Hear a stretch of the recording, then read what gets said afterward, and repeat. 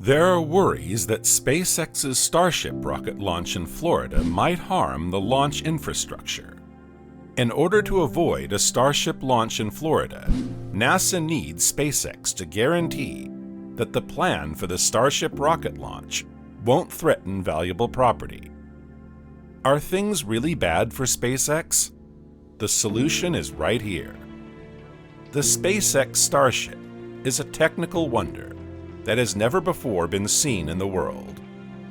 The booster stage is at the bottom of this full rocket, and the sleek modern Starship spaceship, which has a body made of specially manufactured stainless steel, is at the top. In addition, it is reusable, making it the highest and most powerful rocket ever constructed. This allows for significant cost savings on launch expenses, and more money for things like launches. Making Starship a reality is thus no easy task. Technological challenges apart, rig regulations and bureaucracy provide additional challenges. Elon Musk, the CEO of SpaceX, recently acknowledged, "It's something that we should be worried about, is that the rules and regulations get more and more every year. In the past, war has wiped away bad rules and regulations, but also, we prefer not to have war, as the means of getting rid of rules and regulations. In the absence of that, what happens is there are more laws and more regulations every single year, and eventually, we won't be able to do anything. So we do need to be cautious about over-regulating and having too many rules and regulations, basically stopping innovation, and actually ultimately limiting the advancement of civilization." Clearly, this has had a significant influence on the SpaceX Starship. The FAA was the first to put off deciding whether to launch Starship by almost a year. The launch plan passed a crucial environmental assessment in June, and the FAA has since given SpaceX a provisional permission. However, there are still 75 changes to the mission profile that must be made before the license can be granted.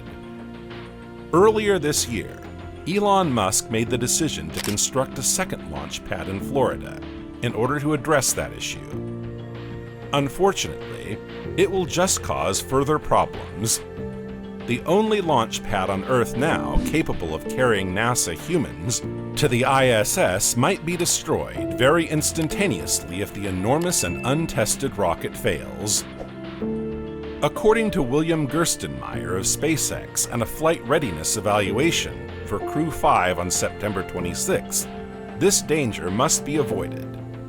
He said that SpaceX had started developing the necessary infrastructure to permit human launches from SLC-40 at Cape Canaveral in Florida. Hardware for SLC-40 is already in development. He continues by saying that this will happen, first with cargo launches from SLC-40, and then with a permanent launch. In time for Starship, it will be completed. Along with that, William Gerstenmaier also said they won't bring Starship to LC-39A at Kennedy Space Center until we have a good and reliable vehicle. This implies that OTF lighting will still occur at Boca Chica. However, it's possible that SpaceX will need to conduct a fresh FAA environmental evaluation before building a crew access tower, depending on how severe the facility's LC-40 requirements are. Fair enough.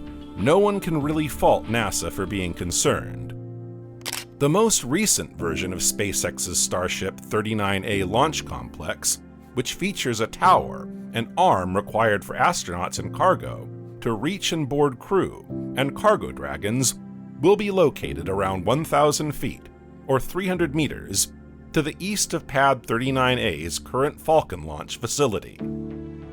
Without the lone horizontal integration hangar on Pad 39A, which is roughly 1,600 feet away and 500 meters to the northeast, Falcon launch operations would be much more challenging, or possibly impossible. There is a little consolation for the tower and Falcon pad. Before any launches, Starship's own launch tower, the size of a skyscraper, would be situated between those Falcon facilities to partly shield them from any potential explosion. The hangar, on the other hand, would be completely exposed. NASA is concerned that the infrastructure of the space agency might be destroyed or damaged if a Starship malfunctions before to or soon after launch and explodes at or near its neighboring launch mount. This is why SpaceX must fly the Crew Dragon to the International Space Station. The first operational astronaut launch by Boeing, NASA's second commercial crew partner, is most likely a year or more away at this time. Until then, the Falcon 9 and Crew Dragon would continue to be the space agency's only single point of failure, theoretically capable of cutting off its connection to its own space station at any time. After all, the Starbase future plan states, "I believe it would be a good site for our advanced R&D center, where we could test out new rocket designs and iterations." Kennedy, in my opinion, will serve as our primary operational launch point. In related news, SpaceX Crew 5 is experiencing some difficulties as well. At the briefing, teams detected two small anomalies with both the Falcon 9 and the Dragon that need additional investigation. Both probable non-standard welds in the composite overwrap pressure vessels, or COPVs, which are a component of the Falcon 9 propulsion system, and bonds on a section of the Dragon's perimeter are issues.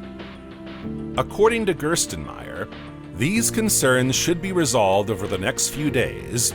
Although it's unknown if the crew of the first ever Falcon 9 will be affected by the weld problem, it's probable, given that similar personnel or techniques were used to make previous COPVs. He said, "We've actually flown it in some other cases on some other rockets, and it's performed well, but that doesn't mean it's good enough for crew. We've tested it already once, and it looks like it's satisfactory. We're going to review that data with NASA tomorrow. They'll take a look at it and double-check our work, make sure it's okay. In order to make sure that we are flying the greatest gear possible, I would say that this is kind of a precaution that we are doing." During shipment, the Crew 5 Falcon 9 first stage sustained damage. I believe it was fortunate that the incident happened while traveling to Texas, and according to Gerstenmaier, that allowed us to do all this work in Texas before we did the propellant loading test and before we did the normal static fire. So the rocket went through its normal full-up testing post, all the repairs to make sure that it's really ready to go. NASA's Crew 5 astronaut mission by SpaceX is still planned. If Mother Nature cooperates, On Target will debut the following week. I thought it was a very thorough review, according to Steve Stitch, NASA's manager of the Commercial Crew Program. He stated, "We're still on track for the launch December 3rd. However, the strategy depends on Hurricane Ian only having a little effect on KSC, which is located on the Florida Atlantic coast. If the storm calls off the attempt on December 3rd, backup dates are available on December 4th, December 5th, December 7th, and December 9th. But December 6th is out of the running due to orbital dynamics difficulties. Before returning to Earth, the team of 5 astronauts will stay in the orbiting lab for nearly 5 months. Current forecasts indicate that Hurricane Ian, which is presently churning its way north through the Caribbean and has winds that are already battering the Florida Keys, will strike Florida's Gulf Coast especially hard during the following several days. But KSC may also be in the path of the storm. As a precaution to get the priceless hardware into the facility's vehicle assembly building securely, NASA is actually rolling its enormous Artemis 1 moon rocket off of Pad 39B tonight. And that about concludes today's episode. Please remember to subscribe, like, and share your thoughts in the comments box below. since your encouragement inspires us to make more high-quality videos.